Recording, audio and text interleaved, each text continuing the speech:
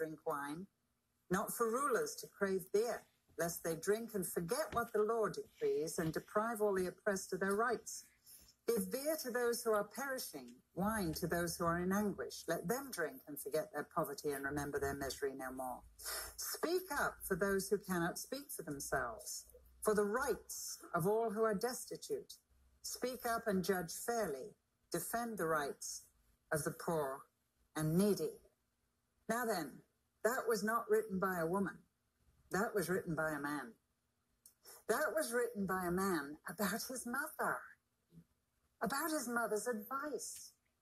Now, there are enough of you here to be raising teenagers or to be involved with teenagers as a youth leader or a Sunday school teacher.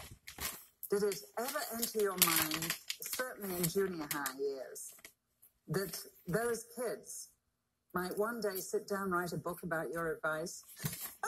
You wish, right? Never in 1,000 years. I remember back to those days. And I remember thinking, if we get through this and if they get through this and by the skin of our teeth, that'll do me fine. But the idea of them ever writing a book about my advice would never have entered my head. I just wouldn't believe I could be so lucky. Here's a king, and he's writing a document, and he said, my mom did some things that I want to tell you about because she passed on her faith, she passed on influence to me, and I'm the next generation. And she empowered me to be the king that I am. Stuart's mom was a grand old lady. She was a grand middle-aged lady and a grand young lady as well. But she was a fearsome lady. I was really frightened of my mother-in-law. She was very, very strong, very opinionated, very powerful, very wonderful, a Jesus lover, glory giver. But she casts a long shadow. She has been dead a long time, but there isn't a day that Stuart and I do not quote her. Not one day. I can't think of a day this month we haven't quoted Mother Briscoe. She casts a long, long shadow.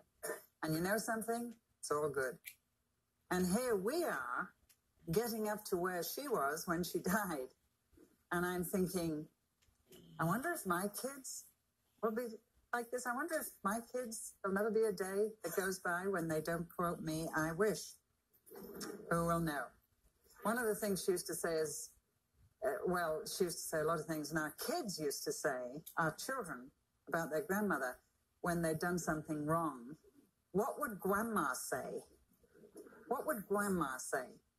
And so even in their lives, she reached over 2 generations and poured out her influence, empowering them to live for God and for good.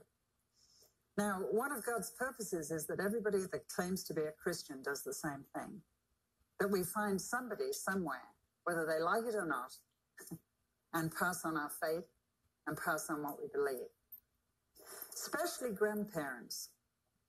I don't know if you know, if you've watched the statistics, how many incredibly thousands of people are living with the grandparents who are bringing up that generation. The marriages have fallen apart in the sandwich generation. The single parent has come back home.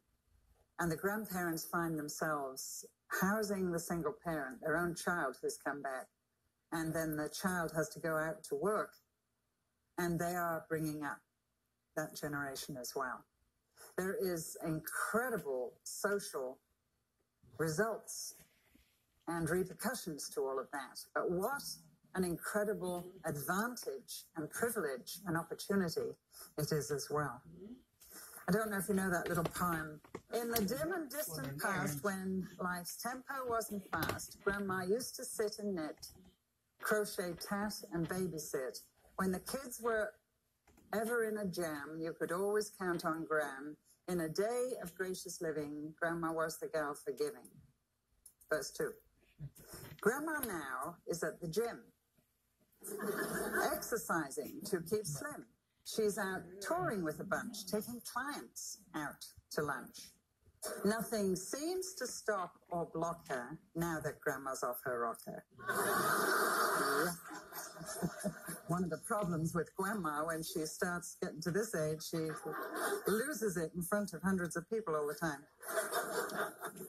It is a day and age when we have the energy and we have the ability to live longer, apparently. That's a lot more years to give the influence that we want to the next generation.